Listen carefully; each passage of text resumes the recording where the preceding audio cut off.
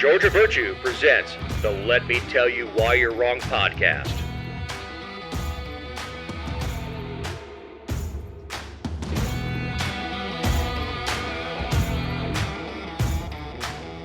Thank you for downloading episode 302. This week, we have the FBI looking at bank transactions, mainstream media interfering in the Hawkeye, Vivek's exit, polls not looking great for Trump, Never Nikki, the upcoming primaries, imperfect Fani, the AJC is just trash, fake news you can trust, missing SEALs, and yet another way to end up in jail in Vegas. I'm Dave Roberts. With me, my partner in this endeavor, Ken Pullen. Hey, Dave. My son always says he loves how you lead with all the introductions. And that was a good one this week. Imperfect Fani. That's one Fani I don't want to see. Yes, Luke will get a good kick out of this start. So you wrote the title is Vivek is right. Abolish the FBI. Yeah, I don't know if you remember, but Vivek about a month ago or so came out and said one of his things he would do is abolish the FBI. And this week we found out that after January 6th, the FBI was FinCEN, which is the Financial Crimes Enforcement Network of the United States Department of Treasury, was asking banks to query their databases for keywords. Like Dick's Sporting Goods? Yep, Cabela's, Bass Pro Shops. They were also asking them to find any transactions that people made between January 5th and January 7th on their debit cards.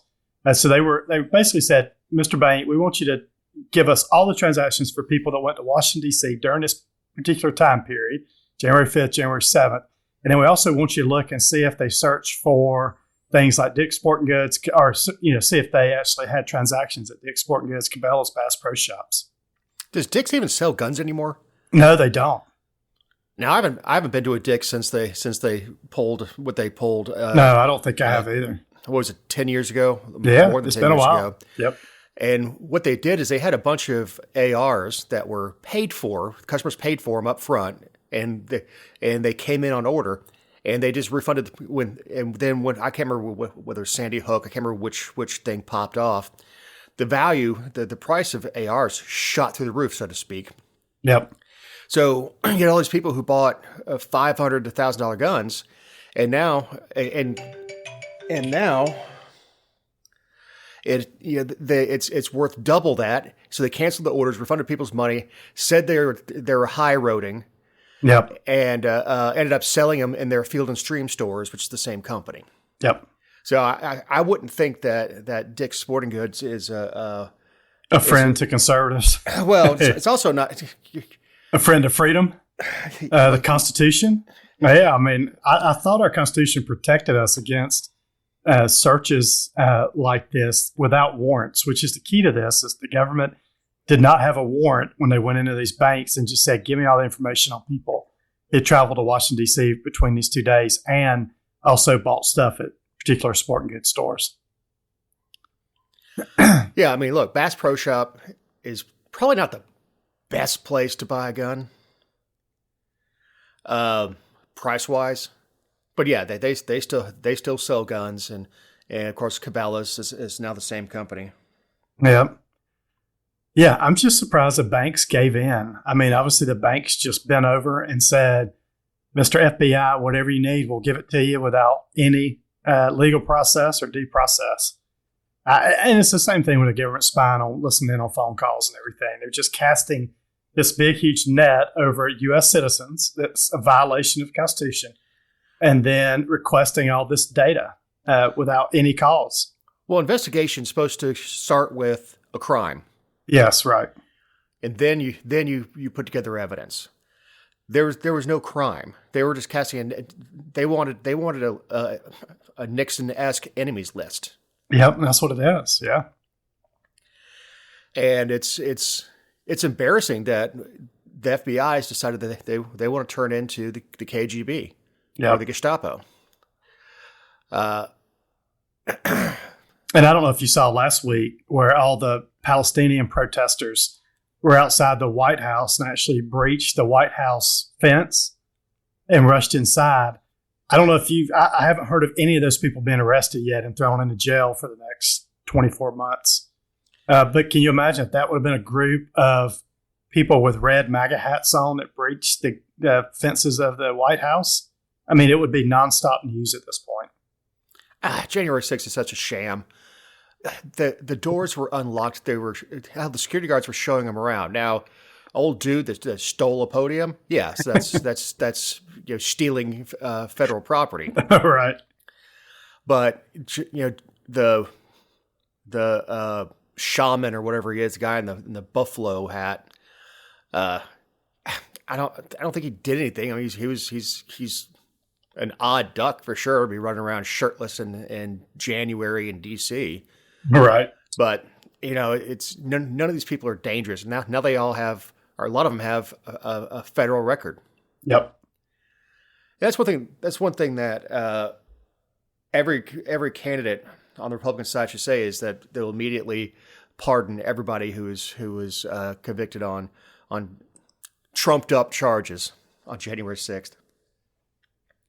Yeah, I mean, Trump could have pardoned them all before he left office, and he didn't. So we'll see if anybody else. We'll see if Trump actually does that when he goes back in. Well, they hadn't been charged yet. No, but there's ways. I've read that there's ways that he could have done a preemptive pardon of people. I don't know if that's right or not. I haven't studied that as much, but it would be interesting to see. Let's just say he goes back in. Will his first action be to pardon all those people? That would be interesting. Yep. Because it also takes away their right to vote. Mm-hmm. So when you take all those people, and even if they get a 1-year suspended sentence, it's still a felony, and you lose your right to vote. All right. And your right to own a gun, for that matter. So the Hawkeye. Yeah, it was called before people even got a chance to vote. I don't know if you saw this, but this was a big, Nikki Haley's campaign and Ron DeSantis' campaign really pitched a fit about this, and I don't blame them. The AP and other major media outlets called the Iowa caucus for Donald Trump before a lot of people had even cast a ballot, which to me seems like something that should never happen. It's election interference. Oh, totally election interference. Yeah, I mean, they wanted Trump to win. They called it. And then, they said a lot of people and it had two effects here, right? People didn't go to vote in the caucus, so he didn't caucus because they'd already called it for Trump, or people changed their vote to Trump because they wanted to be on the side of a winner. So it really had two effects by calling this early. Well, they locked the doors at 7, right? Yep. So you get in wherever the caucus area is, you close the doors, and then the candidate or surrogates get a chance to make their case. Yeah, but this was called 31 minutes before the caucus began at 7 p.m. So you're talking about 6:29. The major media outlets, Fox News included, had already called it for Donald Trump before they even locked the doors. So, you can imagine if you're there, they already called the election. A lot of people probably just said, okay, it's done. Why do I need to go in and caucus potentially for one of the other candidates? Yeah, it was 2 degrees outside or something. Yeah, it was so cold. Yes. So yeah, and I know I heard they say Iowans are hardy, and they're hardy people. You got to be to live in. Yeah, you got to be. Yeah, I would last exactly 1 winter. Yep. So, yeah, and a caucus. I was going to say a caucus format is really cool the way they do it. So, standard election, we just go into the voting booth and vote. At a caucus, you get in the room, they lock the doors at 7, and then each candidate has the ability to speak, or a surrogate for their campaign can speak to the crowd. And then after the speeches are done, they literally say, okay, if you support Donald Trump, go to this side of the auditorium or gymnasium. You support Ron DeSantis, go to this side. And then they group people together into different groups. And that's how they cast their ballot. So it's really cool the way they do it. And I don't know if this calling election mattered. Trump still won 51% of the vote, DeSantis 21%, Haley 19%. But it could have impacted some people because, like everybody wants to be on a winner's side, right? People want to gravitate towards winners. Well, winning begets winning. Yes, exactly. Hear that, Falcons? I know. Yeah, correct. So Vivek Ramaswamy is out of the race and has endorsed Trump. Yeah, I don't know if this was a surprise or not, but he did. As soon as he didn't finish well in Iowa, he dropped out. He gave an endorsement speech for President Trump, and then I saw that he's out campaigning with Trump pretty actively at the moment. Yeah, I mean, look, I like the hell out of Ramaswamy. I think I like his humor. Yeah, I do too. Yeah, he takes stuff in stride. Yeah, he will take. Plus, he will go on any show. He will talk to anybody, any network. He'll debate all comers, and I think that's from being principled. Is he doesn't stick his finger in the air to see which way the wind's blowing. Is he has his principles, and so when you have that in a debate, you don't have to. Sort of like if you don't lie, you don't have to remember your lies. Right. If you're out front and bombastic and have your values, you're gonna win any debate because there's no. Now I did think he got a little tough on Haley in the debates.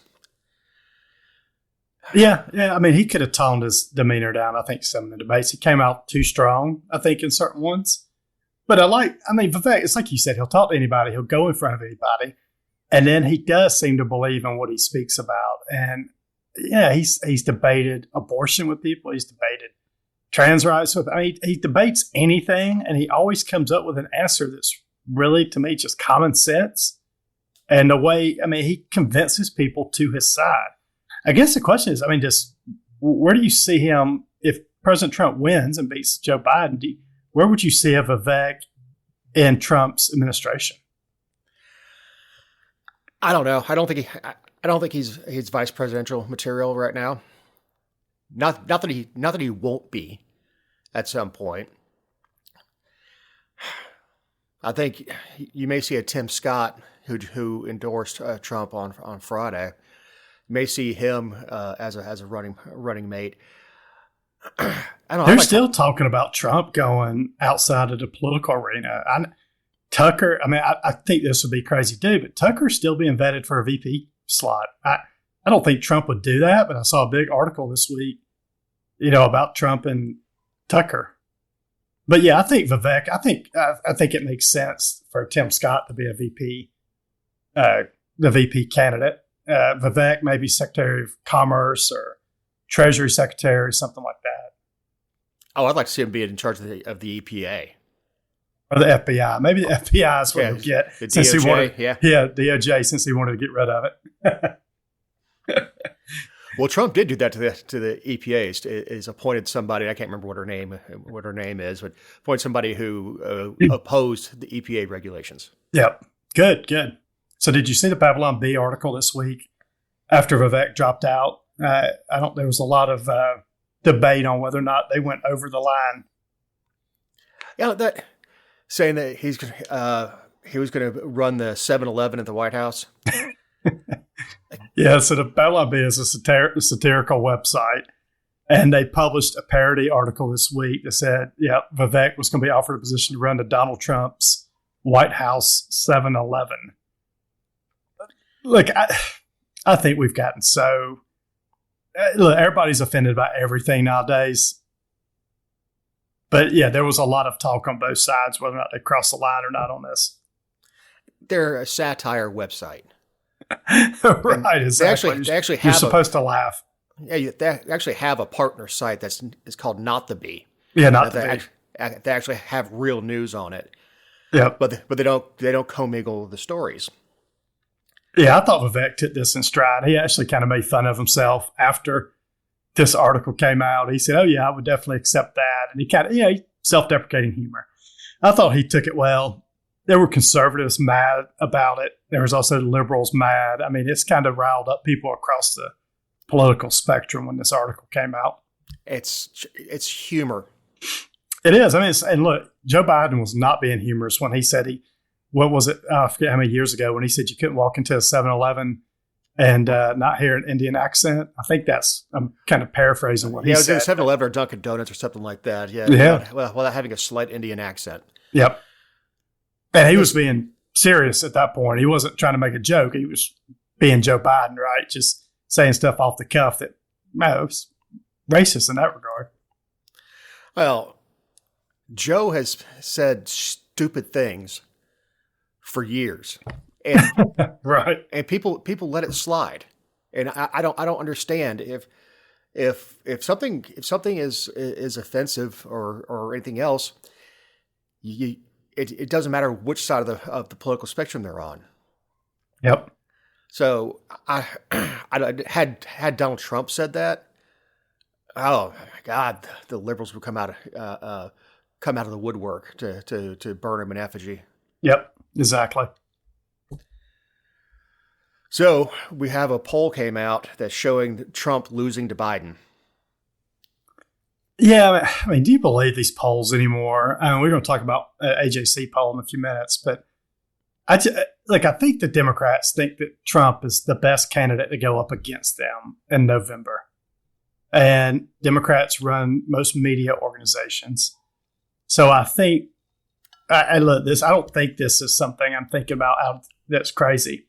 I think most polls so far have been slanted Donald Trump against Joe Biden. So they've wanted conservatives to think and Republicans to think Donald Trump has a chance of beating Biden. Well, he's a presumptive nominee now, and polls are coming out saying he's down to Biden. So I guess my question is, did they inflate poll numbers to make Trump seem stronger against Biden, and now he's the nominee, basically? And he's actually behind, which I think what a lot of us think is he's going to have a really tough time beating Joe Biden in November. The presumptive nominee. Look, he's been through one caucus this cycle. One. He's a nominee, though. Yeah, I think. Well, so he gets to Super Tuesday. He's the nominee. Yeah, I think Haley and DeSantis are wasting people's time and money. Yep. You know, the biggest thing about this poll I thought that was interesting is Robert Kennedy Jr. So Trump had 34, or Biden had 34%. Trump had 33%. Robert Kennedy had 17%. I mean, do you think he's going to be the independent spoiler this time around that actually polls 10 to 15% of the American vote? I mean, is that possible that an independent gets 10 to 15%? He's working it. I get at least a text a week from Team Kennedy. Yeah, I haven't gotten those yet, so somebody hasn't put my phone number on the list. And I have repeatedly asked them to take me off the list. Stop, like over and over. Stop. Yeah, I just think this is so interesting. And if let's just say if Kennedy gets 15%, where's that support bleeding from? Is it coming from Trump or is it coming from Biden? I've read articles that when you go to Kennedy rallies, there's a lot of Republicans there versus Democrats, but I don't know where most of his support's coming from, what side of the aisle. You know, I don't know. That's the third parties are always strange. I don't even know if he's going to get on the ballot in all 50 states. Yeah, I don't know either. I'd have to look that up and see. Yeah, the ballot access laws vary from state to state. He's not running libertarian. He's a classical liberal.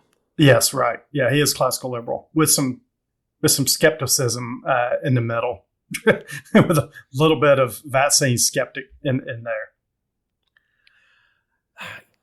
And I got a text, and it was on MLK Day. As I talked about the iconic relationship between the Kennedys and the King family. I'm like, are you kidding me? Kennedy's DOJ had MLK's phone tapped. Oh, really? Oh, yeah. I mean, J. Edgar Hoover was not a fan. And that's how we know about, all the extramarital affairs and all that stuff. But I responded to him. I said, obviously you're not a student of history. The Kennedy family did not have a good relationship with Martin Luther King. Yep. So more election stuff. Rand Paul starts hashtag Never Nikki. Yeah, he came out with a big announcement last week. He said he was going to. It was a big campaign announcement, right? Everybody thought he was going to endorse somebody, but he actually came out and created a new website. That's Never Nikki, I think I don't think it's .com. But he said, based on her record and campaign, I don't see how any thoughtful or informed libertarian or conservative should vote for Nikki Haley. So he went hard against Nikki Haley. Yeah, I mean, the Vivek's quote calling her Dick Cheney, you can put lipstick on Dick Cheney, it's still a fascist neocon. I don't think, I don't know if she would say she wasn't a fascist neocon at this point. I don't know. I'm hugely against Nikki Haley. We talked about this on the show before, but she said a couple of weeks ago she wanted everyone to verify their identity on social media, so there'd be some kind of identification process and no more, anonymous, basically, media out there.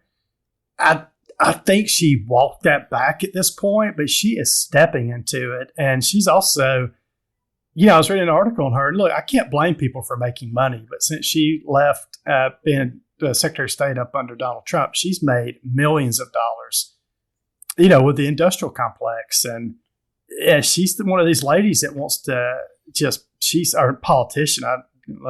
Lady ain't got nothing to do with it. But she is always talking about our foreign involvement in these wars. She's definitely a neocon, hardcore. Yeah, I mean, is it wrong to say, hey, listen, we need to protect ourselves? Sending billions upon billions over propping up other countries. It's insane. Oh, totally. It's absolutely insane. But yes, Haley would have us in a shooting war in a heartbeat. Not that we're not in a shooting war now with the Houthis, or however you pronounce their Houthis or whatever, who are a military proxy for Iran. I know. Yeah, exactly.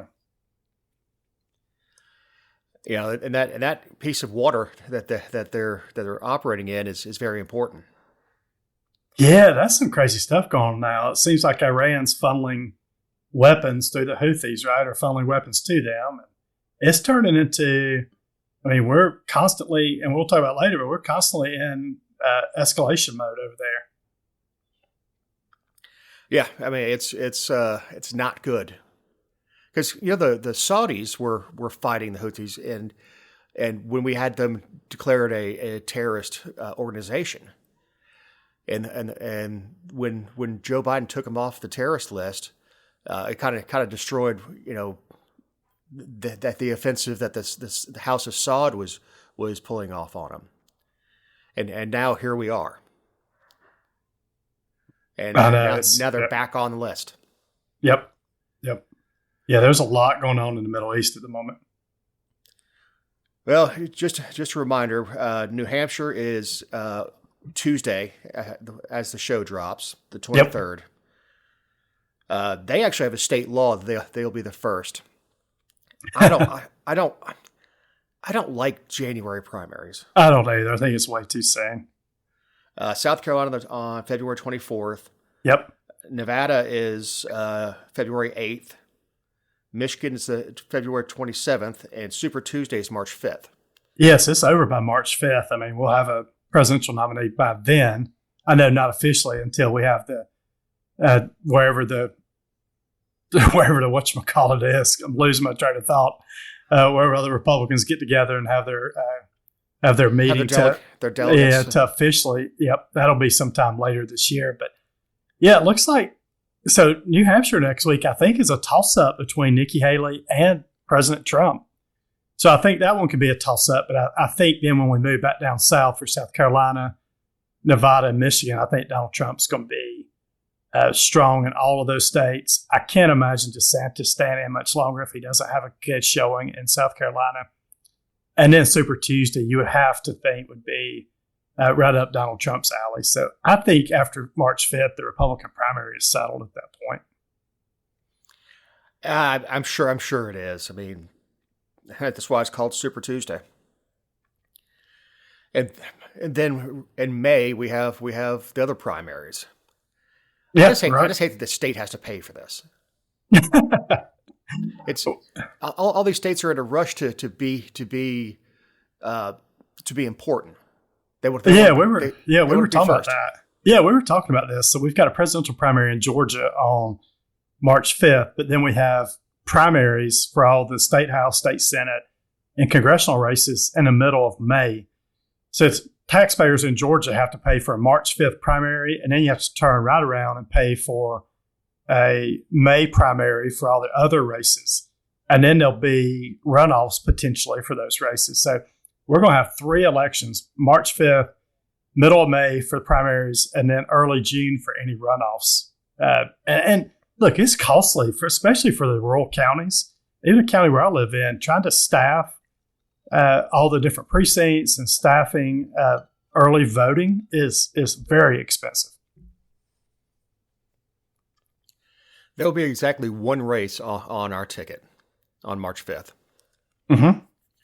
Yep. And at this point, I'm considering going in,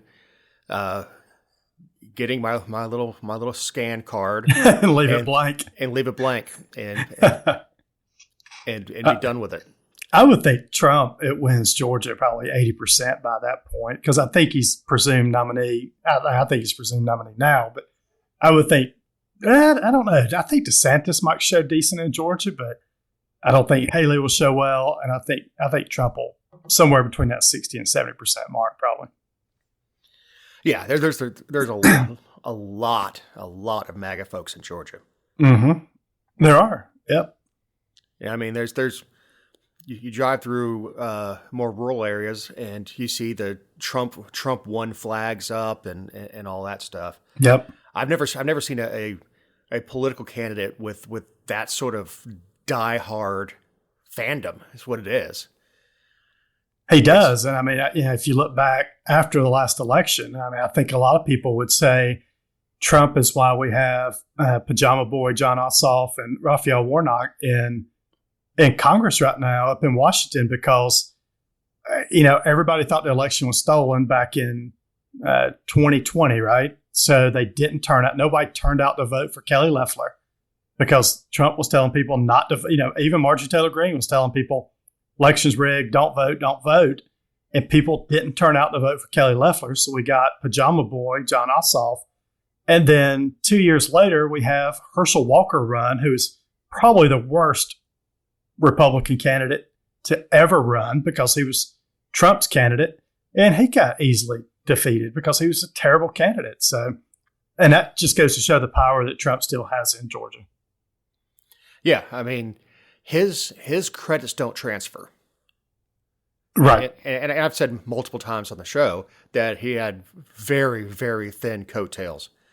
Yep. And most people, former presidents will go and throw in behind a candidate and get their base charged up. We had two consecutive horrible Senate candidates. Mm-hmm.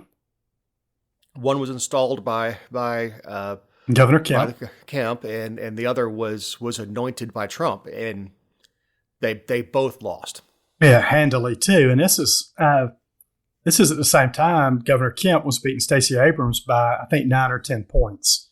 So Georgia, behind Governor Kemp, he wins by 9 or 10 points, but then Herschel Walker loses by 5 points. So you're talking about a 15% swing between the governor of Georgia and a terrible candidate, Herschel Walker.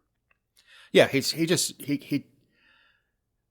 one of the best commercials I saw, I think was I guess Warnock was running it. One of the best commercials I saw was a guy had a poster up on the wall of Herschel Walker. So, because I want to keep him up on my wall and out of Washington. Warnock had some really good ads the He last did. cycle. I mean, He had his marketing team, or his team that does that was really, really good at the ads. But you're right. That's what people, and it's just a bad candidate. I mean, any of those other Senate candidates, Gary Black, we had Latham Sadler down, former Navy SEAL, any of those candidates would have beat. They would have beat them, but they couldn't because we had Herschel Walker. And I couldn't tell my friends that Herschel Walker, I knew Herschel Walker was going to lose. But if you try to tell people that, they got angry with you because he was Trump's pick. because they're fans. Yep. So Fani says black women can't be perfect. Yeah, we didn't know if she was gonna say anything. Do you remember when this happened? It came out on a Monday or Tuesday, and she was real silent for all week until she went to church on Sunday. I don't know what's wrong in her brain, but something in there's broken. If you're being investigated, the best thing you could do is shut up. And she's an attorney; she should know that. But it almost sounds like she's admitting it, saying, saying the accusations are sexist and racist. Yep. No, nobody's perfect. Yeah, and her quote was in front of the church. So she was at Big Bethel AME Church in Atlanta. She said, quote, "You cannot expect black women to be perfect and save the world. We need to be allowed to stumble." Nobody expects anybody to be perfect, right? Did she stumble into bed with the guy? Yeah, but what we don't expect you to do is hire the guy you're having an affair with, pay him $750,000 for legal fees, let him take you all over the country on vacations, and then blame all that bad behavior on not being perfect. That's what she said. Yeah, I did all that stuff, but you can't expect me to be perfect. So, by the way, I'll just go do all that stuff. Old dude's divorce isn't even done yet. I mean, Yep. I guess he filed for divorce the day before getting the special prosecutor job. And look, the best thing for Trump might be to have an attorney that has no experience. Right. But look, affairs happen. But I don't call that a stumble. Right. That was a willful choice on both their parts. Yep. And I know his soon-to-be ex-wife wants to drag her into court and have her testify as to the nature of their affair. Yep. And when you're flying over, the Western Hemisphere on vacations, and the impropriety, it's prima facie. It speaks for itself. Yep. I agree. And for people just to turn a blind eye to it, and that's 100% political, as they want to keep the Democrat in. Yep. Exactly. And she's gonna. I think the case will probably get a change of venue at this point, and Fulton County will be out $700,000. Just good God. I know, and it's going to start the process over again. Totally over. Yeah, and it depends on where they move it. If they move it to DeKalb County or something like that. I'm sure Trump would like to move it out to Paulding County. I bet he would. Or to Pike County, where I live. Yeah, I don't think it's being moved out of Pike County. We're about a 90% Republican county. So AJC does just an absolute garbage poll. Oh, what a terrible poll this was. So most people know that I'm a big school choice proponent in Georgia. I think we need to pass school choice. This is not, I think we talked about last week. It's not an either or. You don't have to have school choice. And you can fund public education, which the Georgia legislature does. But you can also give parents a choice on where they want to send their schools. So the poll question this week was, quote, the Georgia legislature is considering legislation that would allow the use of taxpayer funds to pay for private schooling, or private schooling in some circumstances. Do you support or oppose the use of taxpayer money to support students who want a private education? So they went into no details, right, on what the proposed legislation does. They just basically said, do you support taxpayer funds to go to pay for private school? Look, 44% strongly disapproved. So this was the results. 44% strongly disapproved, 16% somewhat disapproved, and only, a small percentage approved. But that, if they would have phrased it, do you want parents to have the choice to use their taxpayer dollars to send their child, do you want taxpayer dollars? Do you want parents in failing schools to have the choice to send their children to a private school and use their taxpayer dollars? I think the answers would have been totally different. And that's what the legislation does, right? It says parents or kids in failing schools will have the opportunity to do this. But the way they phrased this poll was just trash. I mean, it's just total trash. Because they started out with the conclusion and worked their way back. Exactly. Yep. It's the same thing when they do SPLOSTs, when they do ballot initiatives. Mm-hmm. They word it in such a way that, do you like sunshine, puppies, and babies? I know, right? Do you want to build a new pool so everybody can go swimming in your county? Yeah, I mean, it's just, and this one was worded. It was just a trash wording. And then the second poll that they did, which again elicited the response that AJC wanted, is they said, should Georgia expand eligibility for Medicaid, which provides health care for some poor Georgians, to cover all the state's uninsured poor? And 69% said yes on that. What they don't tell you again is all the, they don't tell you anything about what's going on. And, the pluses and minuses for expanding Medicaid in Georgia and how much that will cost Georgia.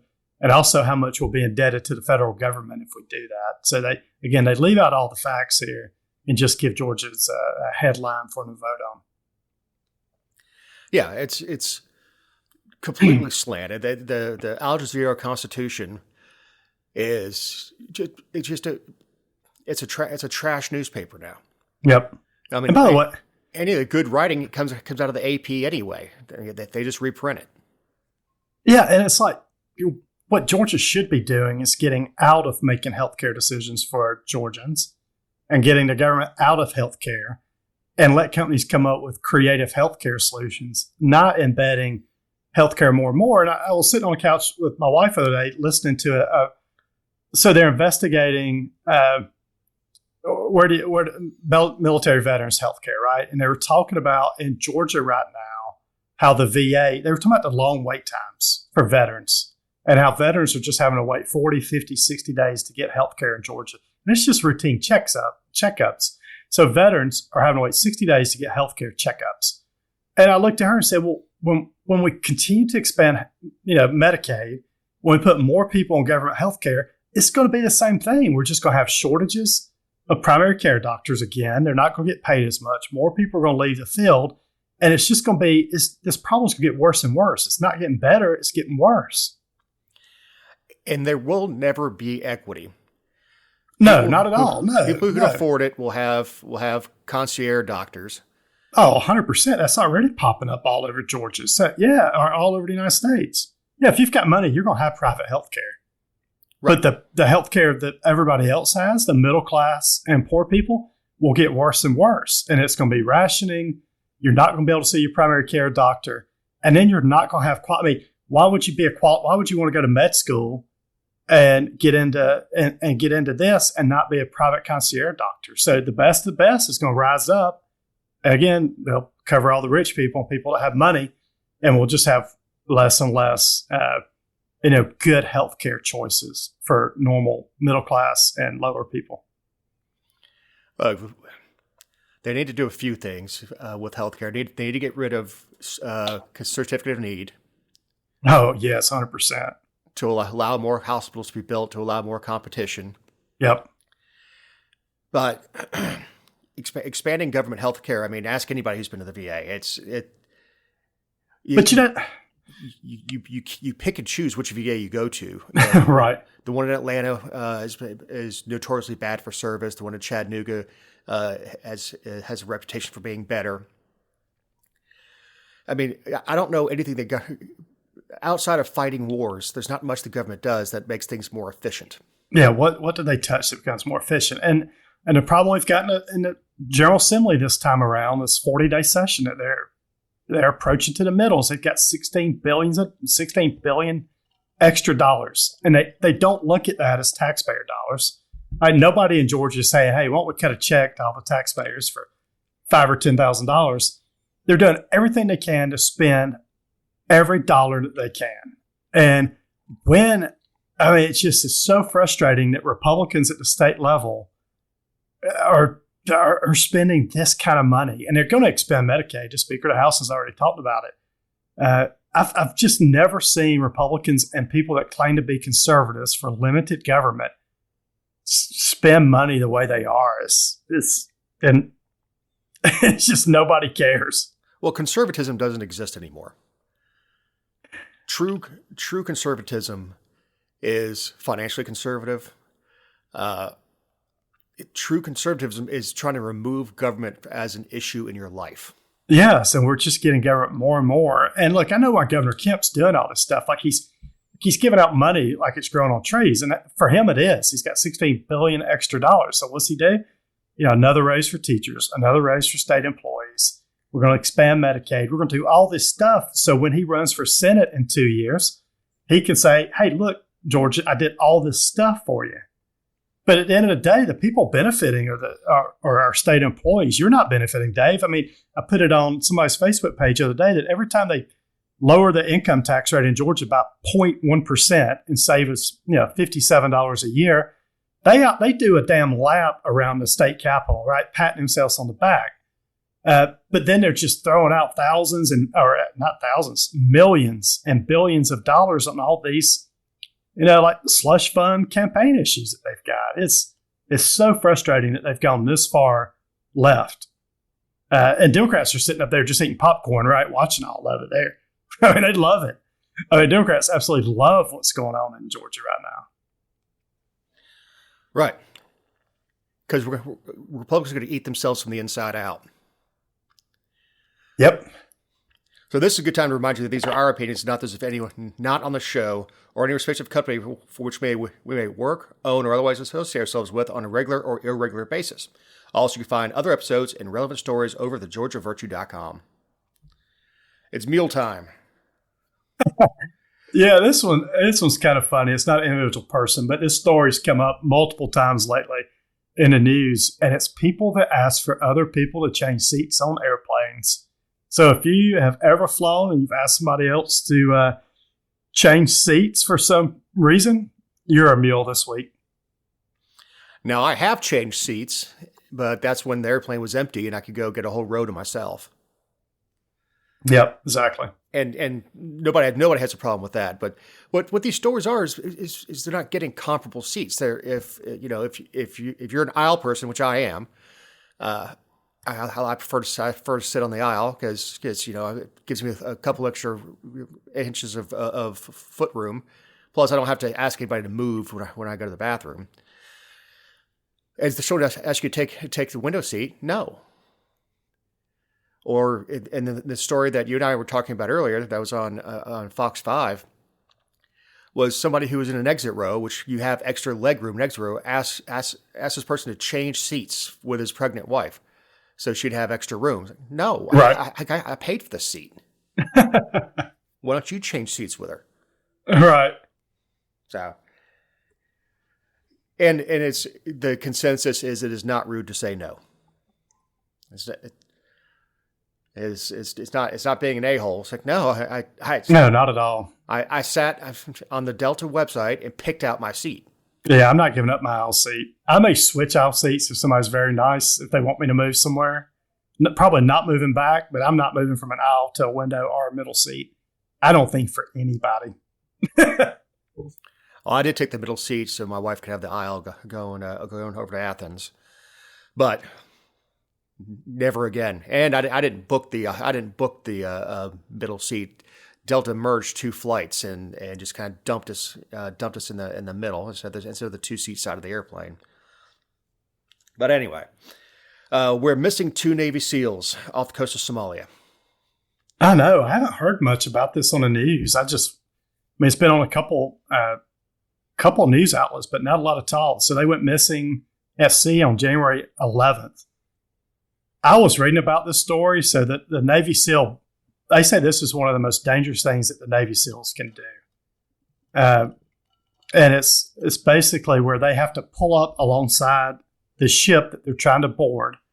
And they're usually a much smaller, boat or craft. They have to hook a small cable ladder to the other ship, and then you have to climb it. So they were doing this in, where was it? They were doing this for a ship bound for Yemen, which is over in the area we were just talking about a few minutes ago. And it sounds like one of the SEAL members failed trying to do this. And then they have protocol where if one SEAL member falls in, the other SEAL member goes in after him and tries to rescue him. So, terrible situation. These guys have been missing since January 11th. I can't imagine at this point they're going to be found alive, but very, very sad situation over in the Middle East. Well, you have to also consider all the gear they have on. Yeah, that's what I was saying. These guys are loaded down with gear. Yeah, night vision, body armor, with the plates in them. Yep. And look, if anybody has a chance of falling off a ship and living, it's going to be a SEAL. Yep. But as the show drops on the 22nd, I mean that'll be 11 days. So, I know. I hope they find them. They said the water was real choppy and really rough during this time. They were trying to intercept this other ship. Yeah, it's just really sad that these two guys fell in and potentially haven't been found. Yeah, it's a sad story. That's the problem with getting ourselves into a shooting war. Mm-hmm. Yep, exactly. And I believe they did find weapons on. Yeah, they found weapons on the ship, and then they blew the ship up afterwards. So I think they ended up getting on the ship, and then they sunk the ship after that with the weapons. Yeah, I mean, it's a dangerous profession. It's a very dangerous profession, and there's a reason that BUD/S is so tough. I know, and that's just a fact. I mean, that's they purposely make it tough. They purposely make it suck as much as possible. Yep. And I'm sure this operation was during the middle of the night. So can you imagine falling in the water, cold water, waves, loaded down with gear in the middle of the night? I just can't imagine. But they've trained. I mean, I'm sure they've done that 100 times, right? In same type situation. I'm sure they train, well, when you fall in the water, this is what happens. But I don't know what happened to these guys. Very easy to lose somebody in black ink type water. Yep. Because it's the first of all, the water in the middle of the night usually is beautiful, but you've got let's say 5 foot chop, which is big. Yeah, we consider that only a foot of you sticks out of the water, or 2 feet of you sticks out of the water when you're swimming, and that's without having all the gear on you. And because of the nature of their stuff, they don't have reflective stuff. They do have a IR beacon that I guess is activated when they hit the water. Yeah, but don't know what happened to that. But the rest of the team had to continue on with the mission. Yep, they couldn't stop everything right there and start looking. And you got to think that everything in the water is moving all the time. Yep. Sad story. All right, another weird one here. Don't stand around in Las Vegas. I thought this was a joke when I saw this. It's kind of a comical story to end on today. But yeah, so Las Vegas has made it a crime now to stand and pose on the sidewalk, or to basically stop on the sidewalk or areas of the strip to take pictures. So this extends 20 feet surrounding connected stairs, elevators, escalators, and sidewalks in Vegas. You may ask, what's the punishment? Up to 6 months in jail or a fine of $1,000. And like, I've been out in Vegas all the time. There's people everywhere taking pictures out there. You get in front of the Bellagio or Caesar's Palace or any of the big casinos, people congregate and take pictures everywhere. And Vegas has now made that a crime to stop. Well, I don't know if it's going after the picture takers or it's going after the barkers. I think it's going after them more likely because, they're always giving out cards or trying to sell drugs or whatnot. So maybe it's probably not going after the tourist. They probably had to put this in place to go after the other people. But yeah, I thought this was an interesting story that now is a crime just to stand on the sidewalk in Vegas. On a public sidewalk. On a public sidewalk, yeah. Not a private sidewalk, a public sidewalk. I mean, look, I haven't been to Vegas in a long time. But yeah, if you want to take a picture of the fountains or whatever, but I don't know where the private property starts and where you can take the pictures, but it didn't say private or public; it said stairwell. Yeah, it just said stairwells and stuff. Yep. And it specifically says it does not apply to people who are waiting to go up and down the stairs or up and down an escalator or get on an elevator. Right. I didn't even know that they had the ability to do this.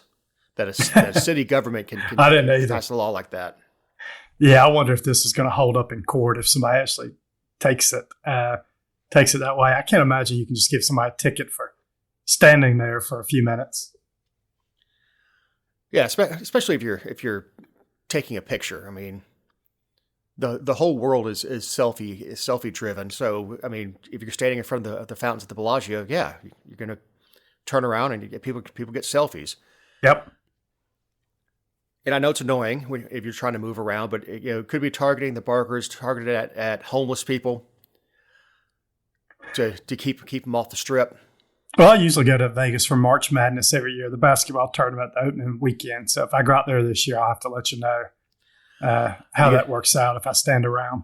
You're gonna spend $1,000 to just find out if you get fined, or 6 months in jail, right? Yeah, I guess I think I'd rather take the fine than 6 months in jail in Las Vegas. But yeah, I don't think I'll get a ticket. Hopefully, no, because I don't think you're the target.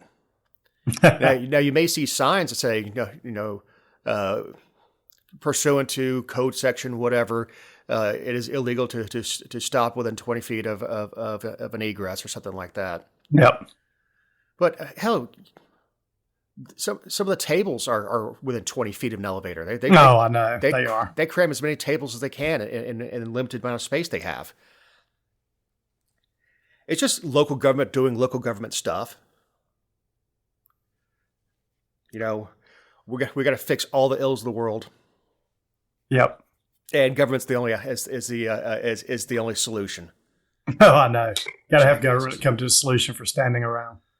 Yeah, for people getting in your way. And I've heard it's a huge pain to move up and down the sidewalk with the barkers and the gawkers and all that stuff. Mm-hmm. And I don't take anything people hand me. Oh, I don't either. You never know what's on it. It's not that. Just get away from me. Nice. I'm thinking about germs, and my wife's had the flu for the last week, so I guess my mind's on germs at the moment. That's where I was going. Okay, do you have any closing thoughts? Oh man, like I said, my wife had the flu for almost felt like a week, and luckily no one else in the house got it. I don't know how that happens. But thank goodness she is well at this point. I know a lot of people right now had the flu B. So if you have the flu, I wish you the best. It is not fun this year. This is a tough little strain of it. Yeah, I had flu B in, I think it was December. And I was down for a week, but it kicked Connie's butt. I mean, yeah, that's brutal. She was sick for a while. And even now, the cough is just now getting better because the cough just hangs on forever. Yep, it does. Yeah, and it's that dry cough. I know there's nothing there. It's just like you're continually coughing. Yeah, I mean, now when I first got the flu, I was hawking up some oysters, and thankfully, my wife made us go to the doctor. But you know how hard it is to find Tamiflu right now? I had to call 4 different pharmacies to get the Tamiflu. I don't really have any closing thoughts. I kind of left it all out on the field. Other than I'm not hopeful, but I'm praying the Falcons pick a decent head coach. Oh, I do not want Belichick either. I don't know about you, but I just his day's passed. I know. I agree. I want somebody young, and I guess I'm an ageist at this point, but I want a younger guy that can take the helm and be there for quite a while. And look, you got to get a quarterback or nothing's going to matter. Yeah, exactly. So for Eric Cumby, our editor, Ken Poland, my partners in endeavor, I'm Dave Roberts. Have a great week.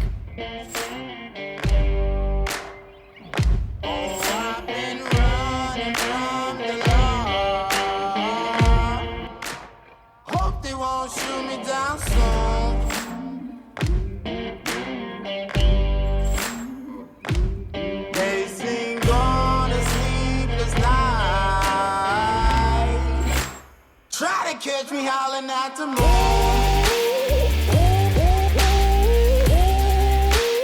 Try to catch me howling at the moon. Try to catch me howling at the moon. Try to catch me howling at the moon.